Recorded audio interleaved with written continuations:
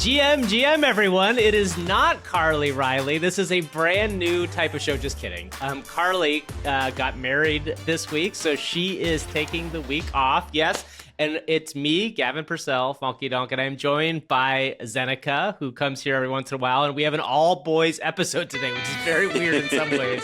Zen, how are you today? I'm doing well. Yeah, it is very weird. Overpriced JPEGs without Carly it's strange, but we'll do the best we can. Yeah, it'll be fun. Look, we love Carly, and it's so much fun to be able to do this show with her all the time, and she deserves a week off, especially when she's gotten married. Right? Yeah, this is a good reason for a week off. Yeah, she's given a lot of time. Well, today we're going to get into all sorts of stuff. We're going to talk a little bit about the market, which has been kind of up and down. We're going to talk a little bit about some of the people in the market, which have also been up and down. Some news from the SEC, which has been kind of interesting, like both good and bad, and kind of like I don't really know where it's going to go from here, but we'll get into that. We're going to talk a little bit about Zeneca has his PFP project came out, and we're going to talk a little bit about the future of PFPs. And then, because Zen and I are both kind of AI nerds, I think we're going to spend some time at the end of the show talking a little bit about AI, its impact on the crypto markets, but also kind of broadly at large, what can be thought about where the AI space is right now. So hopefully that's interesting to you. Before we get into it, though, we have to hear a word from our sponsors. Y'all know the phrase, not your keys, not your crypto. Well, in a world where too many people have had to learn that the hard way, Overpriced JPEGs is proud to partner with Ledger, the world leader in critical digital asset security. Ledger's Nano S Plus and Nano X hardware wallets, paired with the Ledger Live app, Ledger's own software for setting up your Nano device and managing your crypto assets, is the easiest way to start your crypto journey while maintaining full control of your digital assets. You can use all your favorite dApps with Ledger Live, accessing 15 plus Web3 apps, including 1inch, Paraswap, Lido, and Zerion. So you can not only manage, but also grow your portfolio. And Ledger Live is available on mobile and desktop. Securing digital assets shouldn't be complicated. Ledger is as easy as it gets. Uncompromising security, effortless connectivity, full transparency, Ledger is your one-stop shop to trade and track crypto, grow your assets, and manage NFTs. Secure your future with Ledger. Visit shop.ledger.com today or check out the link in the show notes. I am so excited to announce that this year, Overpriced JPEGs has partnered with OPENSEA, the world's leading NFT marketplace, built for everyone, creators, collectors, noobs, and experts alike. I'm an OpenSea user because they have the best selection of NFTs and a truly inclusive view of the ecosystem, supporting 8 chains and 8 global languages. I trust the systems they've put in place to keep the space safe, like copyright protection, malicious URL detection and removal, robust verification, and more. It's why they are the place to buy, sell, and create NFTs. That's right.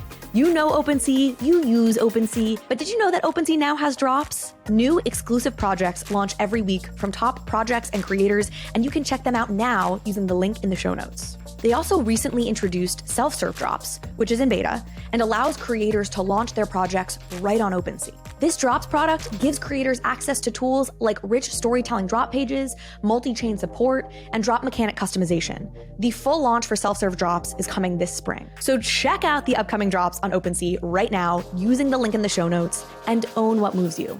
You'll also be supporting the show in the process. Okay, Zen, before we start, first, how are you? What are you feeling? How are your vibes for the week? What's going on with you? Personally, I feel relieved because, as you mentioned before, we had our PFP denizens come out this week and just it went smoothly. I'm sure we'll chat a bit about it later. So I feel relieved in terms of the market and how I'm feeling about that.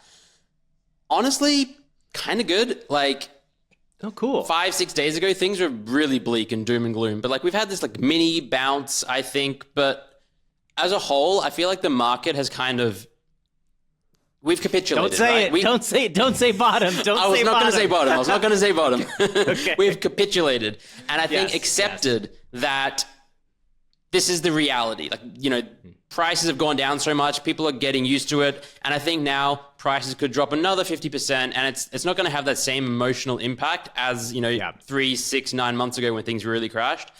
And of the people that are still left, it really does feel to me like there's now this renewed positive energy, regardless of like, basically if bad news comes out, if prices tank, it's almost like people are expecting that now. So if anything else happens, if things go sideways, if something positive, like in the last few days, I think a lot of the bigger projects are up 10, 20, 25%. It's like, oh, that's nice. It's not like, yeah, we're going to the moon, but it's like, oh, nice. And it's like the whole market bags is like aren't zero. Yes. Yeah, exactly.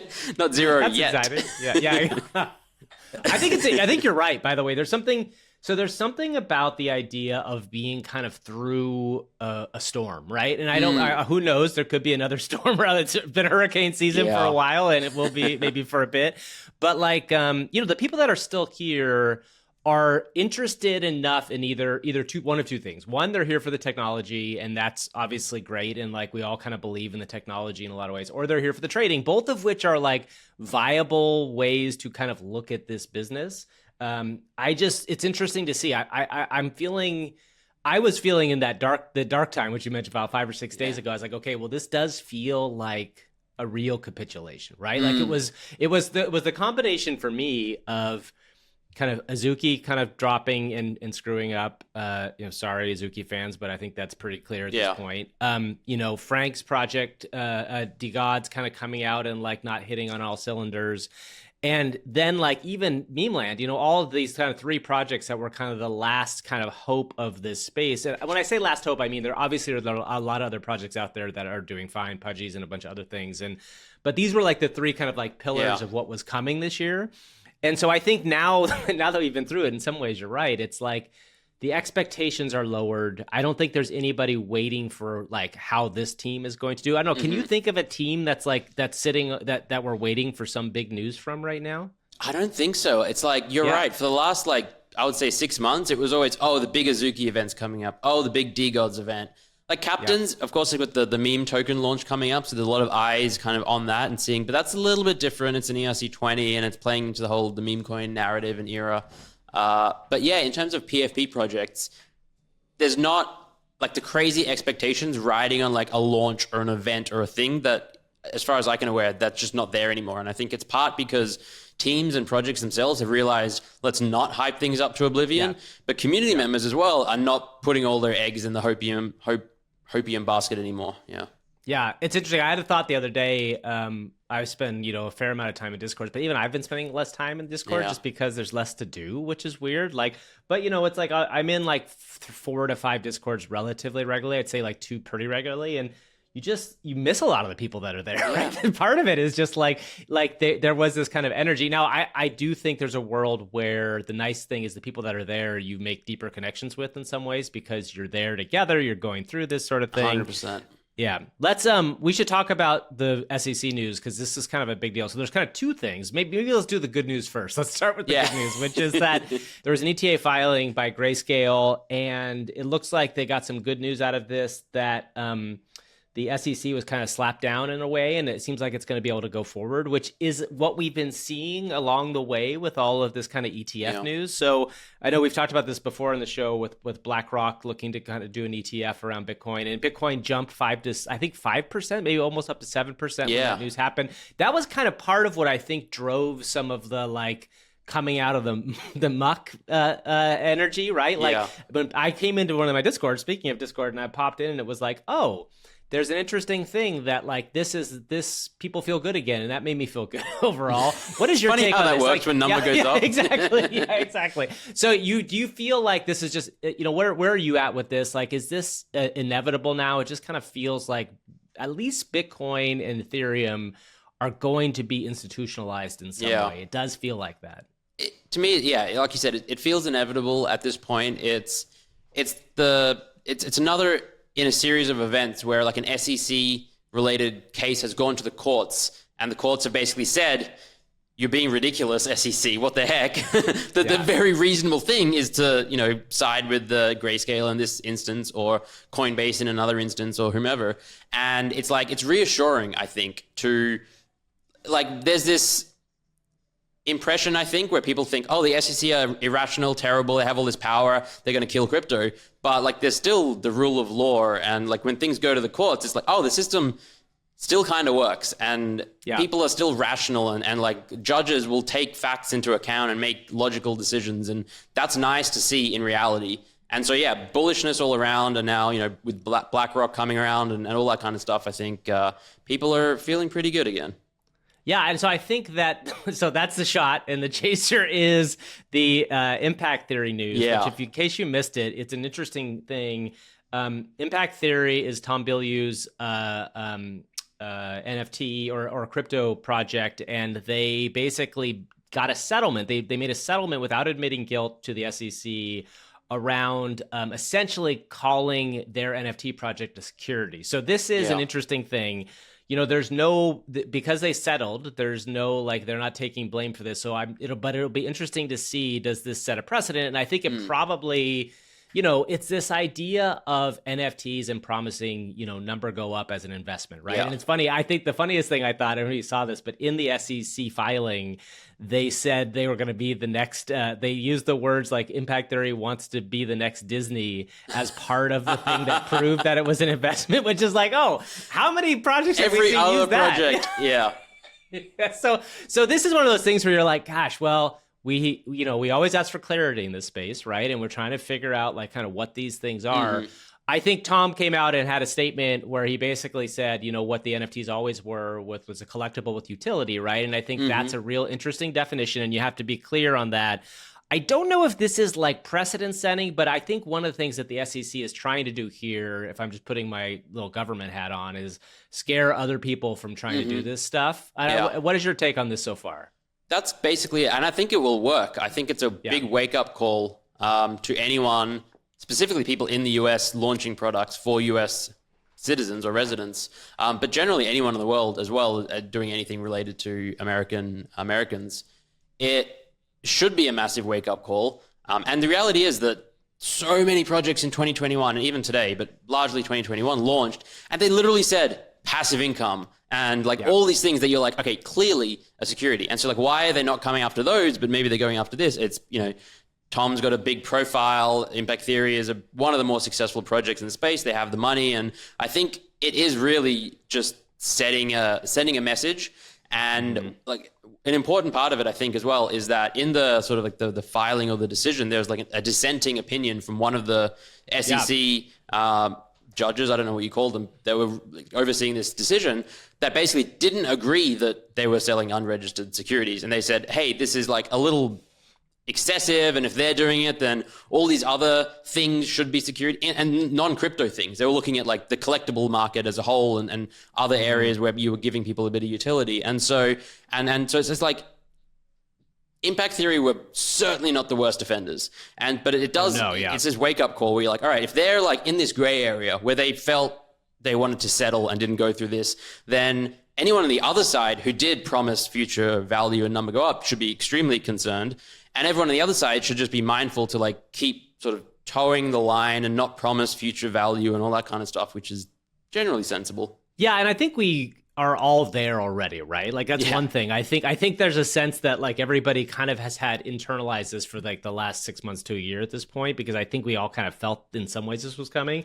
It's an interesting thing to use Tom as an example here, because obviously Tom's platform is very large, right? Mm-hmm. And it's one of those sorts of things where you wonder how much of this is a message versus how much of this is going to they're going to pursue the little people. I think this is a way to kind of, like you mentioned, kind of freak people out going forward, to kind of be hey, we went after this guy who's this size of person, so we could go after you as well. I just thought it was interesting because so much of what the SEC has done in NFTs to date feels like it's been pursuing criminal activity. And the interesting thing here was it depends on what your definition of that is. I don't think that anybody's considering this criminal activity, but the idea of this being something they could be pivoting into is interesting. There's definitely projects, like you mentioned, the number go up, passive income thing that you could target. One thing I want to ask before I move on from this, as somebody who comes from outside the States and doesn't live in the States now, I think you and I have actually discussed this briefly on the show before, but what is your take on how laws that are created here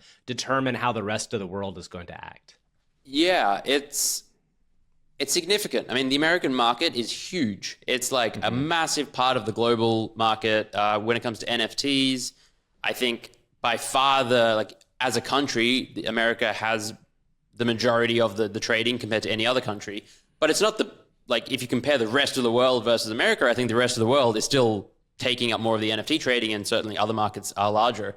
But because of how significant a presence it has, and not just legally and financially in terms of, but culturally as well. Like so much of what happens in America, like the news gets broken there and then it gets spoken all around the world. And a lot of the largest projects are based in America. So you want to keep an eye on very much so what's happening in the US and try and, especially for most projects, if you are selling products to people in the US or you have holders, you still need to be mindful of it. And like, you still have to abide by the laws of that country. So it's something to be mindful of, but it's like, I'm not,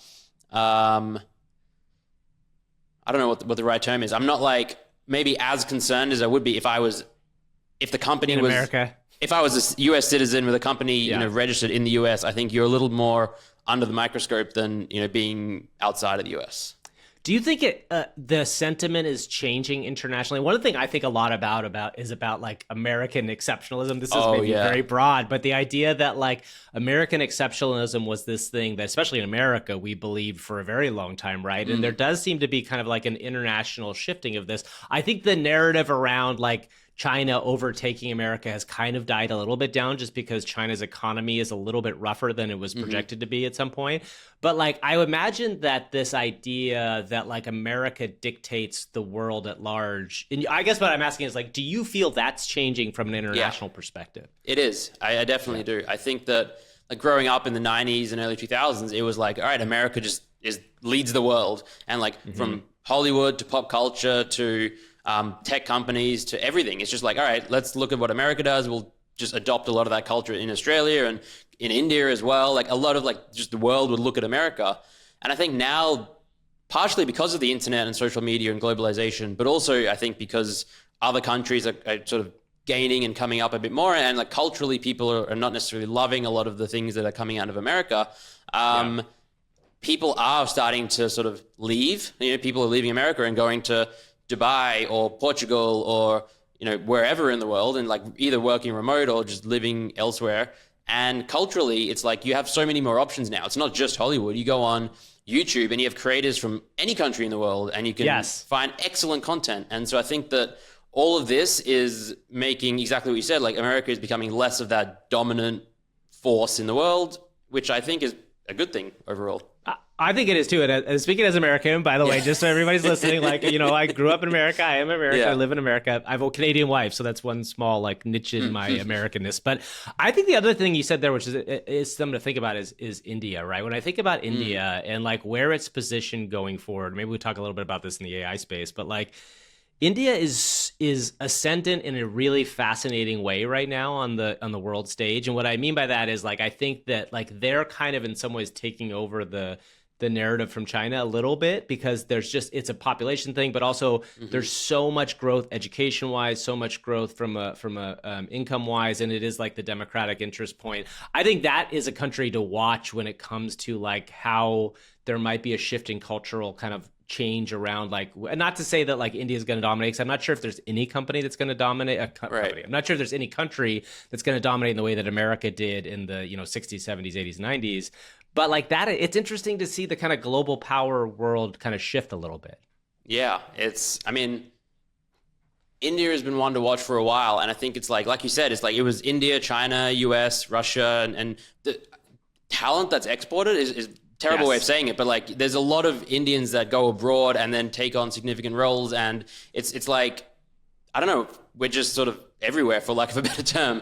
And it's a thing. And like, it's funny, the relationship between India and China. Like I was at a meetup last night and chatting to someone who is from India with an Indian passport. And like, I have an Australian passport, so I don't experience this, but he said how difficult it is for Indians to travel to China and for people from China to travel to India. He was like, basically, if you're in India and you want to go visit China, you have to surrender your passport for like several months to the government, and they will like get back to you. And he was like, I don't know how serious he was. He was like, they intentionally go slow because they don't want to encourage. And he's like, but China will do the exact same thing. So it's like both countries are sort of like not enemies, but like, well, actually, India also did ban TikTok from the entire country because they didn't want China spying on them and stuff like that. So there's like a little bit of friction going on there. And I don't know, it's fascinating when you zoom out and think of the world as a just on a global scale and the influence of these massive countries and the games that they're playing. Yeah, I mean, I just think of it too when you think about the crypto markets. It's like and obviously, one thing I always think about with India is like they talk about, this is going to go on a tangent, but like Disney Plus is like, there's all these people that use Disney Plus or whatever it's called in India. I think it's called like, there's a star or something system. There's a different name for it.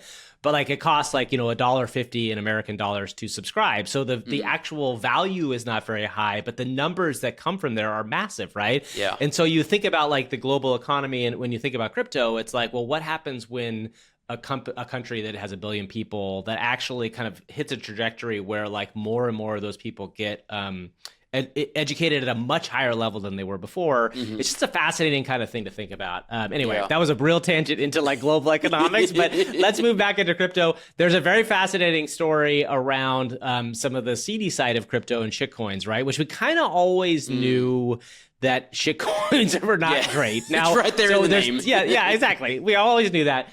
There's about the first big story we should talk about is the Pepe, rug. And I think that that's fair enough to call it, although it's a little bit funky as to what happened. What it sounds like happened was, I think 3 of the anonymous co-founders changed the multi-sig and then pulled a bunch of money out, sent it to exchanges. One of the anonymous founders made a statement that basically kind of said everybody did this. It set the Pepe community off. I will an influencer who I will not name spent a lot of time doxing a human being in a pretty despicable way in my mind, but also, I mean, listen, it wasn't great, but and that influencer had spent a lot of their last like 3 to 6 months kind of leaning into the Pepe community. Wow. I missed this. Yeah. Oh yeah, it was pretty crazy. He spent a lot of time showing his face, doing also like saying where he's from. I mean, was this inevitable, or do you think like, is this just what you get into when you get into shitcoins? Is like Pepe was like the one that was kind of anointed, and everybody thought it might be the next Shiba. Everybody thought it might need a safe moon. What is your take on this Pepe news? You play with fire, you're going to get burned. So that's part of it. It's like, you got to know what you're getting into. There's, anonymous founders having so much control, so much supply. Of course, this is a possibility and perhaps even a likely eventuality to have something like this happen. As everything unfolded, like I was watching it on the timeline, and I thought like, oh, Pepe must be down 90% or something, or it's over. It was down like 17%. I'm like, what? Yeah. Okay, so this is bad, but it's not like a death blow. And if this is like the extent of it, and like I own a tiny amount of Pepe. It's very insignificant in the grand scheme of things, but like I would be surprised if this kills Pepe entirely. Yeah. Because compared to sort of other meme coins, the distribution of tokens, I think, is more in the hands of the community than like a centralized few. And the narrative is still strong. But I know that there's now like a Pepe 2 that launched. I haven't been following. But based on like all of the news and like the timeline I was seeing, I was like, oh, Pepe is dead. Like, did it go to 0? What happened? Oh, it's down 18%. And yeah.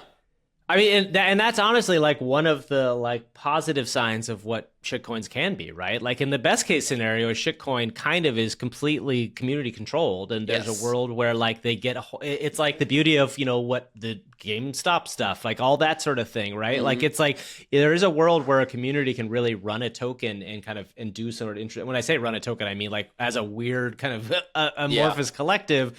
And I think that's kind of cool. So if Pepe like has a shot to come back, which I think it could in shitcoin world, like it's nice to see that at least more of the stuff is spread out across the board. And the one thing I always think about with shitcoins, which is a really interesting thing to say, is how do shitcoin devs or how do any devs make money on a thing they create and not look like shitheads? Do you know what I mean? Like it's an interesting thing. Like if the Pepe, I mean, I guess everybody says like there's a fine way to sell a token, right? Or if you own a token or way to sell it on the top. But I kind of think in a lot of ways, people who invest in shitcoins especially, but this goes across NFTs and other things like that. If the founders sell anything, there's often a like, you don't believe in this, and it can kind of start an avalanche. Like, is that just, do you believe that like it's a world where like the founders just have to do it under the table in order to make money? Like how do you see like that kind of even working for like a community token or something like this? Yeah, it's definitely tricky because like you said, as soon as founders start dumping, there's panic and people don't like it and the optics are not good. To me, it's I would just set a schedule ahead of time and say, all right, we're going to sell this amount of tokens a month on a random day so people can't front run you or something like that. And just do that. And like people can't get mad as long as you're not dumping more than that. And as long as it's not like a massive amount of the supply, it's ideally going to have a relatively insignificant effect. It's transparent. People know what are coming. And that's it. And like a lot of these meme coins, shit coins have like a tax on transactions. So like every single transaction you get a few percent, which is royalties before royalties were a thing for NFTs even, which is another way. So like they don't like an ideal world. It's like a fair, in an ideal world, it's a fair and equal launch and there's no tax and it's completely decentralized. And then they buy some with their own money. And like that is, too many devs and shitcoin founders are greedy for that. So they'll figure out some other way to get a bunch of supply. And it's such a messy, my entry into this space was via the shitcoin market largely. Me too. Me too. It's not fun. Telegram it's terrible. Telegram chaos. is the worst. It's the worst. This is why friend tech scares me, because friend tech is basically the exact same thing. It's these horrible Telegram chats that I was in forever. So yes, it's the worst, and it made me. It seasons you. You're a veteran. If you go through a shitcoin season and like trade and you get rugged all the time and you realize, everyone in this chat room is just trying to make money off me while I'm trying to make money off them. It's chaos. And so I don't recommend it for the faint of heart, but it's an interesting world to explore. I can't remember if I told this story on the pod before, but I had the greatest experience, which was also the worst experience in shitcoins. I got very sucked into what was called a puzzle coin at one point. The name of the token was Encipher, which is I know it's gone now because I'll get to that in a second. But I got into this and it was kind of fun. Like you get into this Telegram chat and it was you and at the beginning it was only like 30 of us and we're all trying to figure out these puzzles. And the dev was very smart and had figured out a way to kind of into Google Maps drop hints to this thing. And it was all the idea was all built around this was a former, if you remember the FEG token, I think is what it was called. He was one of their devs and blah, blah, blah. And what it came down to is the room got pretty big and the token did okay in the beginning. There were about 500 people, I think, in the Telegram chat. What we all discovered later on after the guy basically said, I can't do this anymore and took off and rugged completely, is the guy who was the dev was 6 of the initial 7 people in the Telegram chat. He was talking to himself. That happens. And he continued to be those 6 people over the course of the entire time. So you get to know these people and you're like, that's a personality. And it was all the same guy, which was just I couldn't believe it. Yeah. It's on the one hand, you have bots. Yeah. Or others, it's just a human doing it, which is it just messes with your head. Yeah, it was crazy. We should, before we move on from the shitcoin world, the BitBoy news is fascinating. So okay, if you're not familiar with BitBoy, and most of you are if you're listening to this podcast, BitBoy has been a very popular character on crypto Twitter for a long time.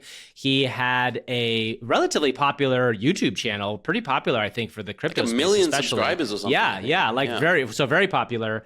And would do, this is Ben Armstrong, I think is his name, and he would do every day or very often do these videos, and also famously went to go search for SBF and did a whole bunch of crazy stuff. Very kind of out there guy, but controversial, I'd say. Yes, controversial. Was invested in the space for quite a while. There was the whole Ben token thing that was a thing that happened 3 months ago. So surprise, he's out of his own company, which was kind of a strange thing. Now, granted, I don't want to shit on the guy too much because it sounds like, according to the other people, that there might be some substance abuse issues going on here. But, it's just another one. It's just another one of these best people, best times. You know what I mean? What do you have any thoughts on this? Yeah. The headline is, again, don't want to shit on him, but you got to make some fun and have some fun.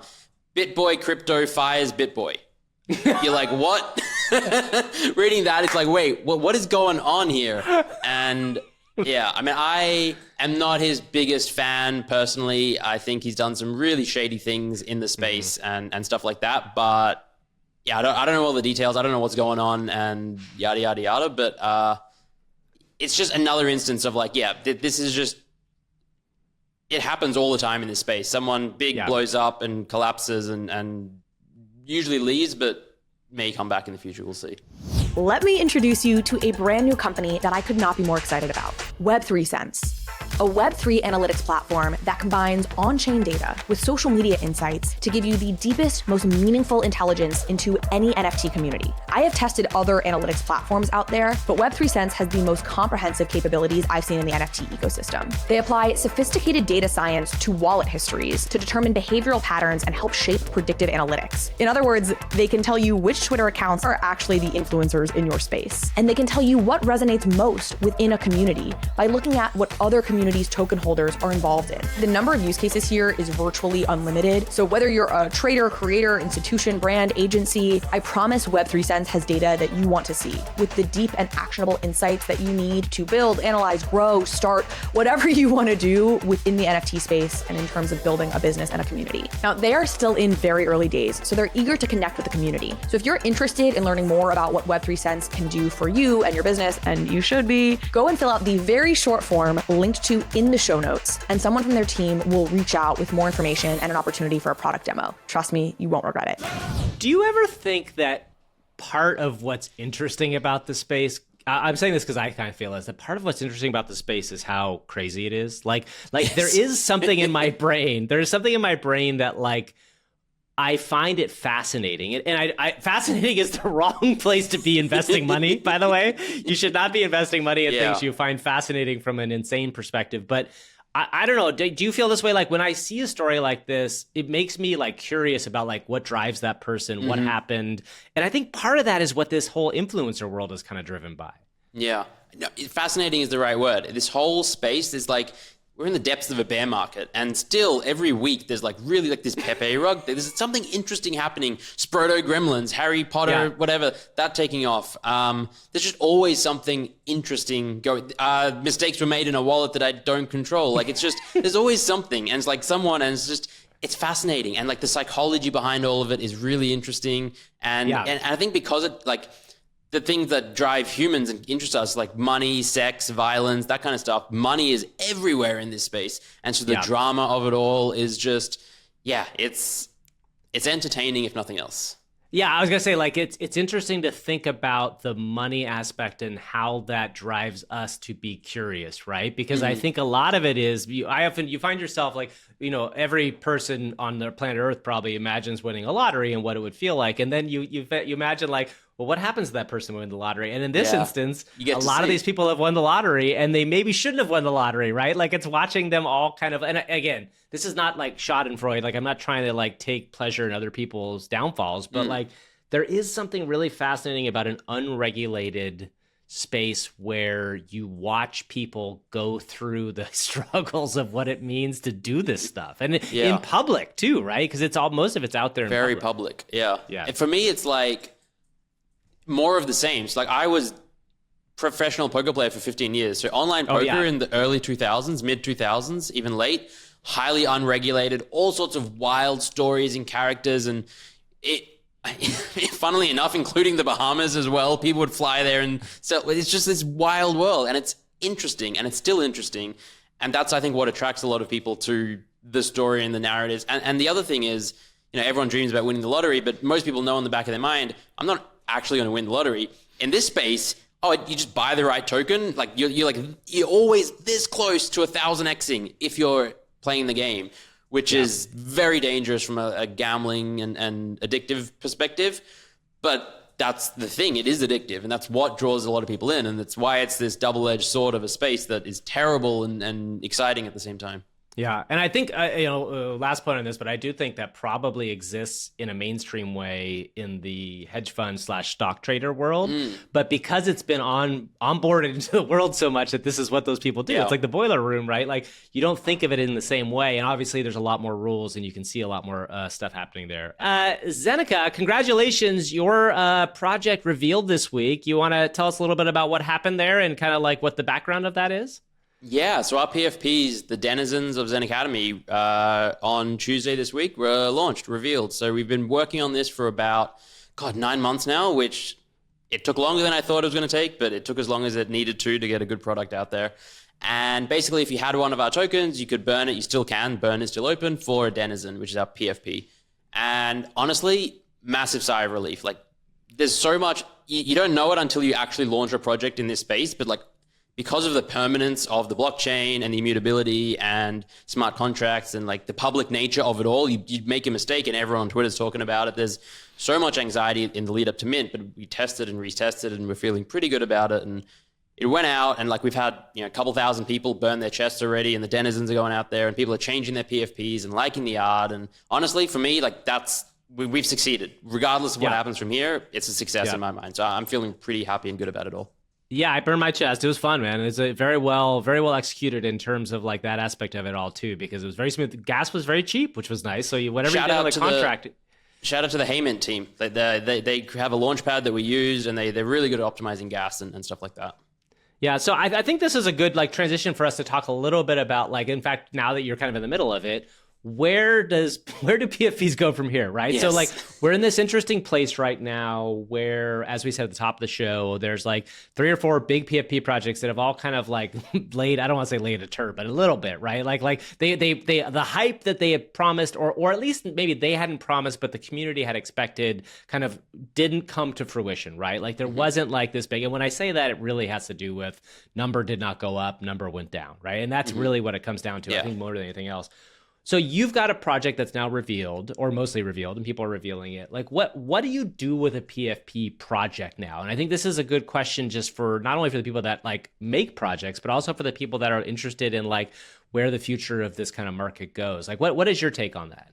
Yeah, it's a really great question and something I think a lot about. And I think that to me, PFPs are incredible. Like they've existed for a very long time. Before NFTs, before crypto, you've had online avatars. People would use an identity to represent themselves. They're a really great way for people that want to do that online. They're fun, they're et cetera, et cetera.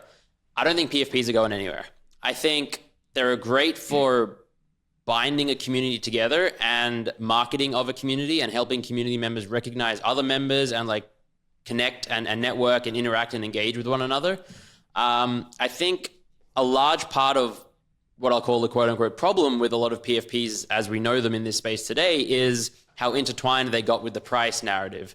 And to me, there's like 2 separate and in my mind distinct things, but a lot of the time they get too intertwined, which is the price and the community building aspect. And I think that a lot of the PFP projects we've seen to date were built on the back of people that were excited because number was going up. And the community was buzzing and people were happy because number was going up. And then when that starts to disappear and fall apart, it starts to fray at the edges and people start to dissipate and jump ship. And then new people join and then price goes up again and those people, and then price goes down. And like when you have these high variances, there's a lot of like churn in the community, which makes it difficult to build a long-term sustainable community. There's a few exceptions that have done it and that's been amazing to see. But that's, I think, why a lot of the projects from 2021 in large part aren't here anymore. And so like, what do you do with a PFP project now? Like as a founder, how am I thinking about it? And what do I sort of think about it? I think the most powerful thing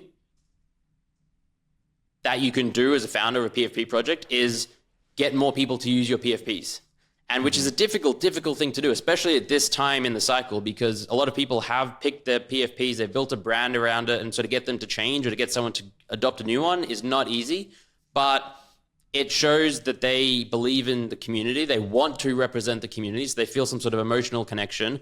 And then they're out there helping, like every single person that has your PFP is marketing for your project. And so as a founder myself, I want to do everything I possibly can to motivate, encourage, support, help lift up every single person that has a Denizen PFP. And we're doing that by, we're going to launch this initiative in Discord tonight about like, if you want to build a personal brand around a Denizen, I will literally help you and we'll all help you and we'll like work together. And like that to me is like how you build a successful PFP community. And it's going to take time. Like I have no illusions that in a week or a month, there's going to be thousands and thousands of people with these PFPs on Twitter. But like, the way I built Zen Academy was one by one. So one by one, if people change their PFPs in 5 years' time, we have 5,000 denizens on Twitter. Like that is a significant thing and will bode well for the entire ecosystem. And I think that's like the mentality that other PFP founders and holders of other communities should be thinking about. And last thing, and then I'll pause, is that you can only have one PFP for the most part. And so like people who own 50 and from different projects, it's like a difficult thing. You have to kind of pick one to be your main PFP, which is why it's so difficult in this space when there's hardly any people left. I actually think that's a really interesting point, and it kind of makes me wonder about like, so I think one of the things to think about is the Reddit PFPs, right? Which I've been spending time on Reddit, and it's really interesting to see people interacting with those PFPs. And when they're almost like, they're PFPs, but they're on Reddit, it's a slightly different thing, right? Because like you can't take I don't think you can take an NFT and make it a non-Reddit NFT and make it a Reddit PFP. I think you can only use Reddit there, right? Yeah, I think so. But what's interesting is, I think you're absolutely right about the idea that one PFP is going to be the thing. And when you think about how people bought into PFPs, right, over the course of 2021 and 2022, the greatest, utility out of a PFP is it represents me. And I, like what you just said, is amazing, right? If I can have somebody who's very strong in a space of branding and all this other thing help me raise me up, that's amazing. But I don't have the chance to do that 12 times or 15 times based on all the projects. So the question becomes is, how many of these continue to exist, and who are the people that are behind them? Because I think that's one of the other things is like, the space is smaller. I think we all kind of agree with that than it was a year ago or 2 years ago, especially. So which projects have people like you, or have people that are going to kind of lift people up? And there aren't a lot of them right now, right? And I think that in some ways you have a project like, Azuki, I think still has a very strong community, and they have people there. And Frank, obviously, with DeGods, there's people in those communities. And I think Frank is a good example of what you're talking about in some ways. Like, Frank feels dedicated to kind of raising up the people in the DeGods ecosystem in a significant way, and he has that power. But what it becomes in my mind is like, gosh, there's just going to be a lot less of these. Do you know what I mean? In general, because there's less people like you, there's less people like Frank, who I think kind of need to be a driving force, at least now, while we're in this kind of like dark ages-ish period of the world. And it also, to me, means like, well, maybe a lot more of these won't get launched, which is probably a good thing, right? Yeah. Like, unless somebody's very serious about understanding what this means going forward. And then it becomes a question of like, okay, if we're kind of post PFP world, and not to say that PFPs, the ones that have good people behind them, are going to die, but like, then it's a transition of, okay, like, where do we imagine the next thing coming from? And when I say, I don't mean like, I think we have to get out of the idea of like the masses are coming, because it is just such a myth in some ways, and maybe in the long run, yes, but the idea of like what's interesting is what always is fascinating about NFTs, like what's interesting right now. So do you think there's a transition period we're going to see from like, PFP project to something entirely different? Or do you think it's going to be like a mix of just weird things that come up and people kind of trying different experiments? I think it'll be a mix. I think even over the course of the last 2 years, obviously a lot of the narrative has been dominated by PFPs, but like, art and generative art had a large part of it, and gaming is at a non-insignificant part of it. There's been a bunch of interesting projects. And so I think PFPs will always be part of the conversation equation of when we talk about NFTs that people collect and pay significant money for. There'll always be a market for certain PFPs. There'll always be a market for art. There'll always be a market for gaming. And that those categories will increase over time. I think as the world adopts the technology more and more asset classes will sort of be digitized and be able to be traded. And so like whatever mainstream adoption looks like, and when it comes, it will not be people flooding in and buying our bags and pumping what we already have. There might be like 5% of that and the small little bumps here and there, but it's not going to be like something crazy that everyone hopes for and wishes. But I think it'll be like this slow, long-term market-wide adoption of understanding this world. And there will definitely be a handful of projects that exist today that will perform well financially over the long term. It's, you can do some research and try and figure out what those are yourself based on what you think will have long-term value. But it's not going to be all PFPs pump and something like that. It'll be a very select few. What I hope will happen, and I think we're starting to see it, is a lot more experimentation. Like, let's throw out the launch 10K a PFPs model. Like that worked for a while, but I want to see new things. And like, I know it's ironic, we have a 10K PFP collection, but we in many ways launched in 2021. If I was doing it again today, we had a founders call in Zen Academy a few hours ago. I was talking about this, was build a community one by one. Don't launch with thousands of NFTs. Launch with 10. Say, I'm gonna give out 10 a month. They're gonna be free, or $20 or something. And hand select the people, and then the next month give out another 10 or 20, and then over the course of a year maybe you've got 200-300 people, but you've got actually 200-300 humans that are engaged and passionate and connected to the community. And churn as well. If someone is not engaging, maybe say, hey, maybe this is not the right community for you. We're going to give you come up with new ideas and build a really meaningful community that in 5 years time will really grow and thrive, instead of just trying to launch 10,000 or even 1,000 and retrofit a community backwards, which is very difficult to do. It's interesting you mention churn, because one of the things I think about are, and I'm going to come up with this term now, but it's like a zombie holder, which is this idea of somebody who holds a PFP or holds an NFT that's part of a community that just kind of has walked away in some form. And they haven't sold, but they've walked away. And it's an interesting thing to think about, is like, what would it be like if that NFT was put into the hands of somebody who was active, right? Or wanted to be part of something. And that's an interesting problem, because I think, obviously a lot of people have sold because the prices have gone down across the board, but there's also just a lot of people who are just sitting on things in their wallets that are like kind of either hoping they'll go up or not sure what to do with them. And like, it is an interesting idea. Like, how do you activate those people? Or if they're not going to activate, how do you get that thing into the hands of other people? I've thought a lot about burns lately. Like when you talk about like shortening or lessening the size of a collection, because I think you're right. At one point, the 10K PFP was just like the way everybody went. And it was like you followed the Yuga path, and that was the way to do it. But I really am strongly of the belief now that smaller communities, especially when you get into like smaller discords, or you get to things that feel like you have more of a connection to people, controllable is the wrong word, but they're more like organizable. Have you ever heard that like theory of that once you get past 100 people, it's like you lose control of an organization? Like it's super interesting, right? And I think that's true. Yeah, and part of it is kind of that, right? Like when you look at like the biggest companies in the world, Amazon or Google, they're able to succeed at like, 30,000, 50,000, 100,000 employees, but there aren't very many of those. Yeah. You know what I mean? There aren't very many of those at all. Yeah. And there are a lot of small companies that succeed pretty well. So I'm really curious to see like what, and actually is it 333? Is that the smaller club of your? Yeah. So I think like that's an interesting conversation too, is like, what does it look like to have just like an inner core of people that are really dedicated to your cause? And how do you kind of branch out from that? So I mean, it's an interesting time, right? Like we're kind of going through this fascinating transition. I will say from an art perspective, Squiggles have finally minted out, which is a pretty exciting thing. I think there was a Snowfro just tweeted about it, but like that's a big deal in the art world too, and you can't forget about that side of it all. That's almost 3 years they've been open for, which is crazy. They are, I don't know, like one of my favorite NFTs of all time. Snowfro is amazing.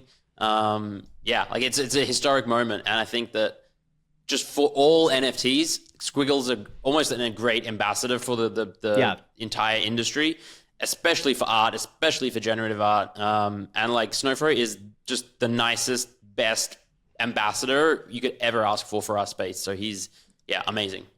Well, and you think about that from a community perspective, right? Because you think about like what we just talked about, and like obviously Squiggles, a lot of people use them for PFPs, but like you think about what it means to own a Squiggle and what it means to have like either minted one, which is like a kind of a calling card that you kind of know your world or you're connected in some way in the NFT space, or buying one, it means a certain thing as well too, right? And like that collection, like owning one of those, and I don't own one, but I think I would love to get one at some point if it happens out all right, but like that collection feels like something different, right? Like it feels like it has something that PFP collections kind of wish they had, and art collections kind of almost wish they had too. And it's kind of both. It like, there's an identity, there's a feeling of like you're connected to a founder of sorts, even though like he's not delivering anything on it, but you also get a sense that there's a community around it. And that feels like something kind of cool. Yeah, I 100% agree. And this is something I've thought about a lot, which is there's like a pure organic nature to Squiggles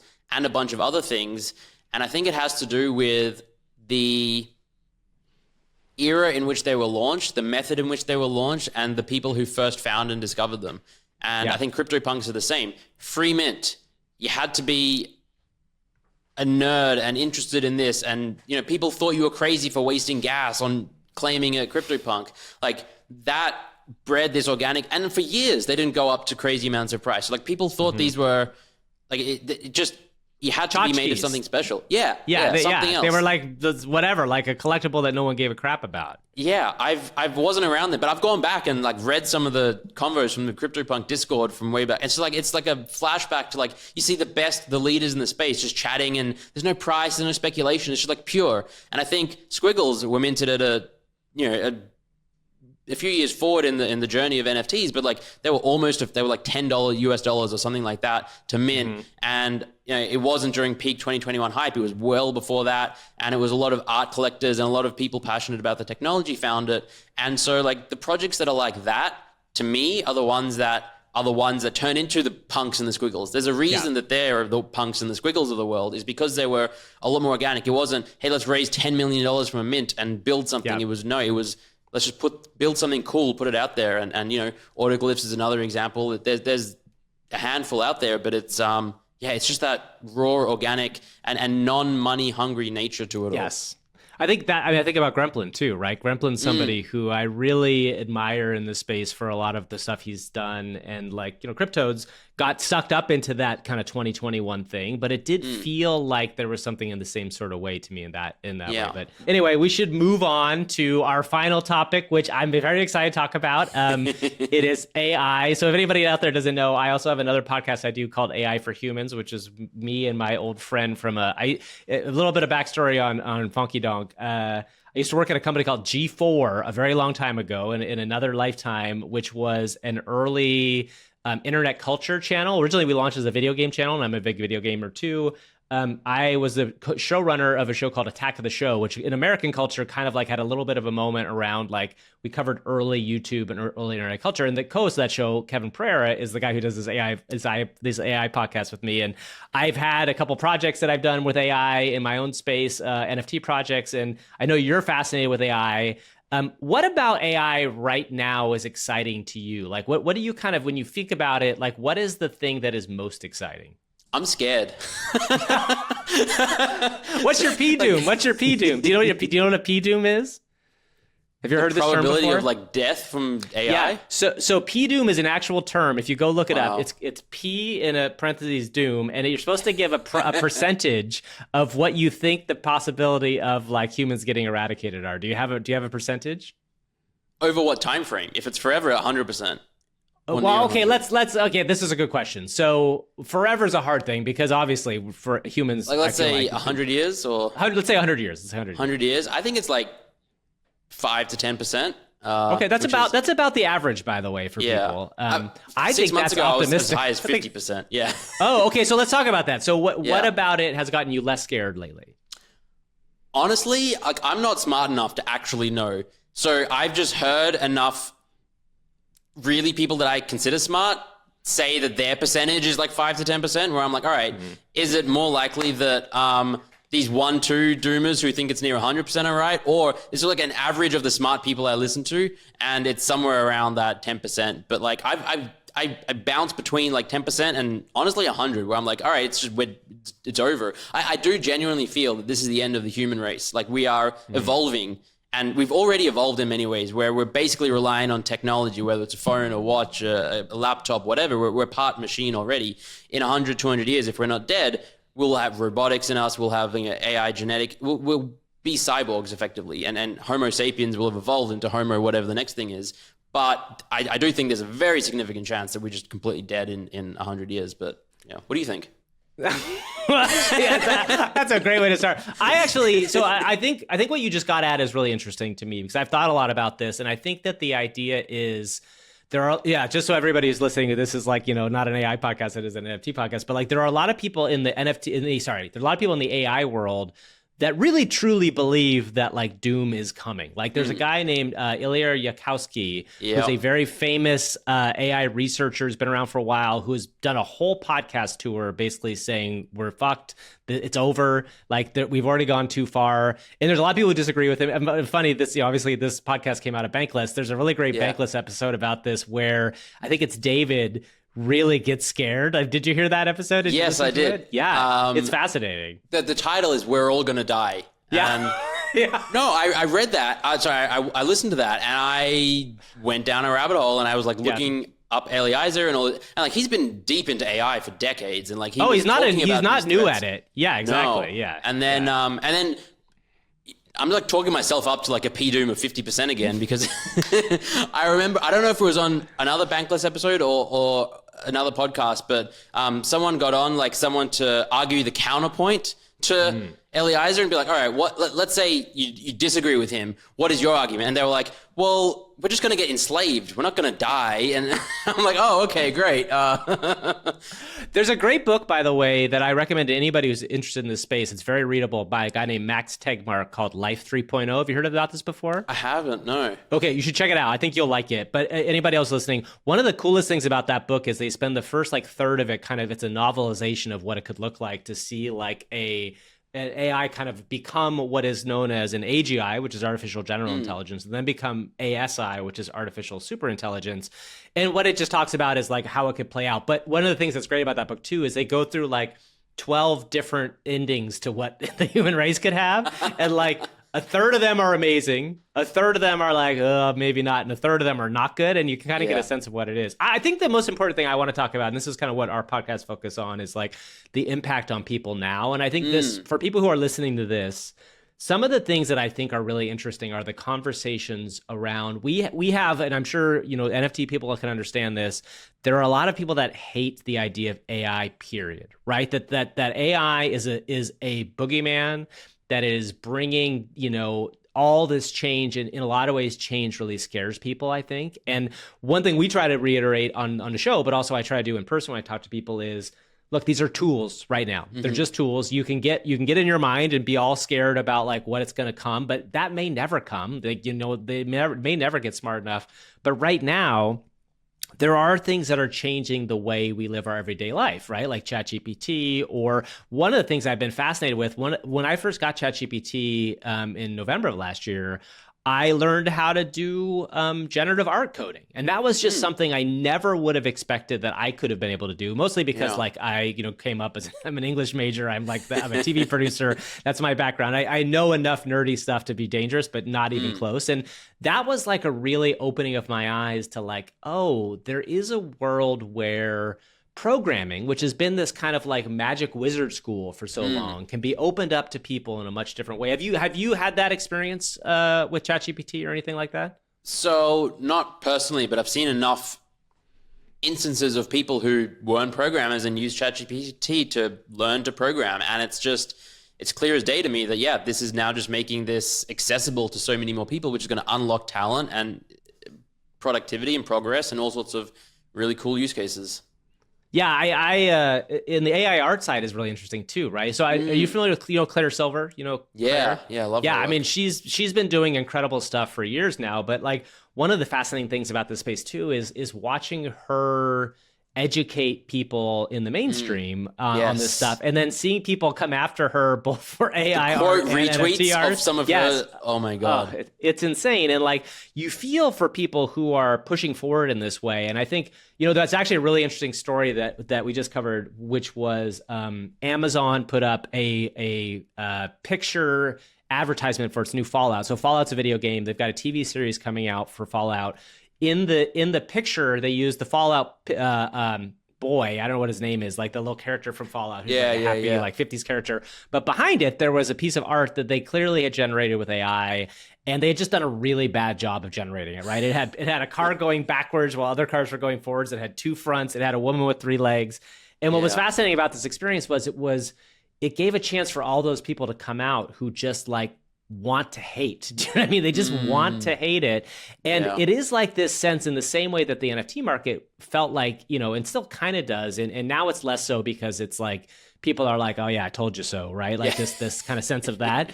But there is this weird want for the human psyche sometimes to pile on, right? Which is just a weird thing, especially pile on to things that feel like they are changing the way that they do their life, or that's different to them.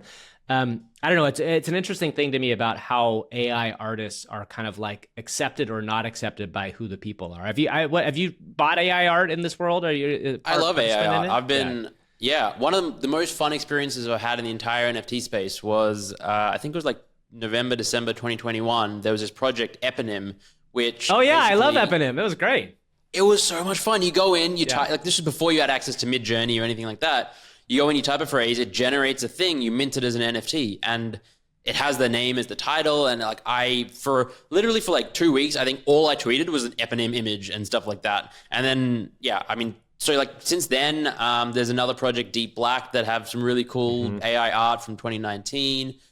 Claire Silver, like, yes, I love AI art. I think it's fascinating, and I think that it's a tool, right? It's just like Photoshop, or it's just like whatever, a camera.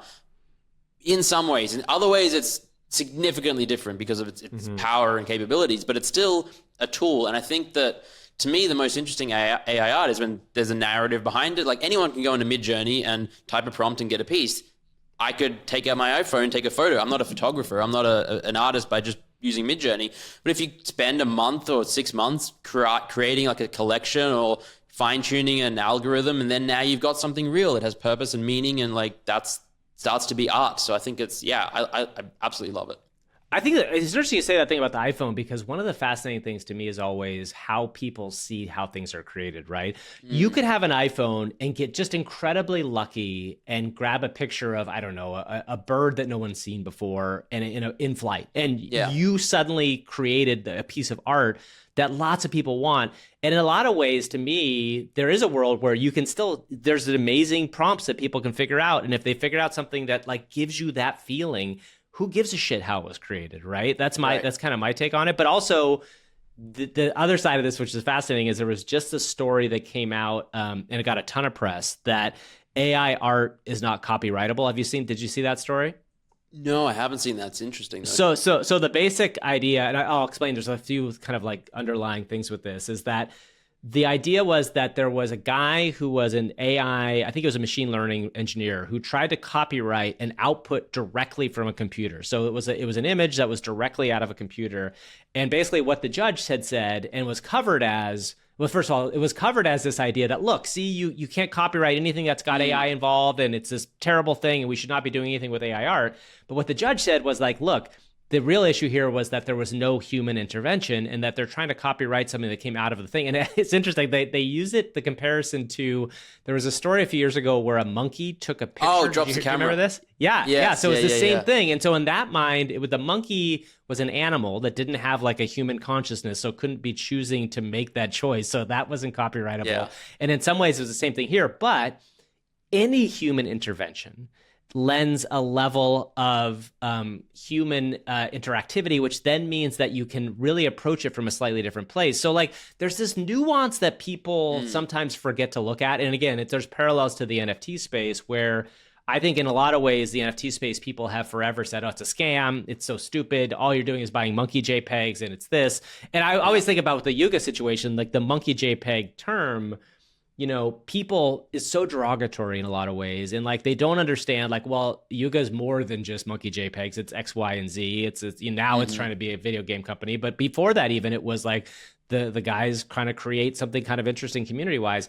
And I think the same sort of narrative gets said about AI in general, but specifically about AI art too, which is kind of crazy. I was watching this YouTube clip the other day of, I think it was one of the creators of Photoshop or users of Photoshop back in the 90s, talking about how they'd taken, like, they were creating this perfect image and they needed to splice two together, and how this is possible now. And like, there was like blowing people's minds that, hey, you can do this. And then they were having the conversation about, well, who owns the copyright? Is it the person who took the first photo? Or what if there's another photo and you merge them together? And like, similar conversations we've been having in the past and we'll have again in the future. And like, nowadays, Photoshop is just part of everyone's lives, and we've figured it out. We're going to figure out AI art and it'll be part of everyone's lives. It's like the Wild West. In like, when you're at the cutting edge of tech, regulations and society will not have caught up yet. And so like, we're just still, that's what makes it so fun and interesting. And that's why crypto is great and AI is so great, because it's that's why I hated law school as well. Because the box was too big. The box was too strong. Yeah, you're looking at things that have been set in stone for, this is a case from 1842 that we're referencing. Okay, cool. Nothing has changed. And it's like, it's the opposite here. So yeah. That's awesome. I agree. I think it's an important point. And by the way, there's the side of which you have to keep in mind when you're talking about AI, is like where all this material got sucked into, right? And like, what is all these people that put stuff into the world, and what does it mean to be like in a remix culture versus in a creation culture? Like, there's all these really fascinating arguments. So if you're into the NFT space and you listen to this podcast, like, I think you should like at least be aware of what's happening in the AI space, because I think it can really, I think you'll be interested in it because I think there's a lot of parallels, but B, I think you probably agree that like this feels like a big thing that is not going to go away. Yeah, for sure. I wrote this article in like December of last year saying this is the biggest thing that is going to happen to our lives ever. Like this is that, and I was like, I'm still underselling it because it's that monumental. I think in like the Sundar content Pichai. sphere, Oh, sorry. Go ahead. Sorry. No, I was just going to say, in the content field, we've barely scratched the surface. Like, I'm scrolling YouTube Shorts now or TikTok or whatever, and like, I would say like 5% of the time I watch a video, I'm like, oh, this is just AI. It's like, all right, they've taken some quotes or some text and fed it in with some images. That's going to be 99% at some point. And what does that world look like? That is scary. That's when we need proof of humanity, and you can have a filter and be like, I just want human-created content. And yeah. This is where the blockchain, I think, intersects with AI, and I think this is something people are starting to talk about, but I think there is a real sense that, you know, identity, proof of humanity, proof of anything is going to have to be connected because, already you're seeing what I love is the rise of faceless YouTubers. Have you been following this? Yes. Like a faceless YouTuber essentially is somebody that's doing just VO content and they're creating stuff often at size.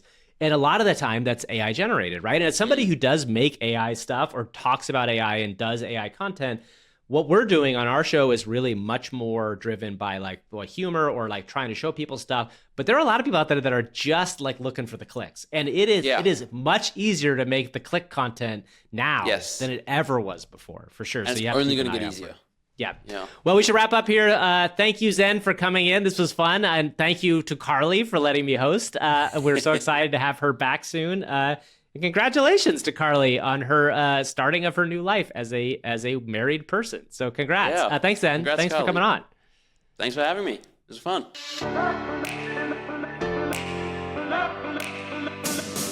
Thank you so much for watching this episode of Overpriced JPEGs. If you liked this conversation, if you liked this episode, please go ahead and hit subscribe. It helps me out, it helps the show out, and it means you will get alerts and updates when we post new content. Thanks again.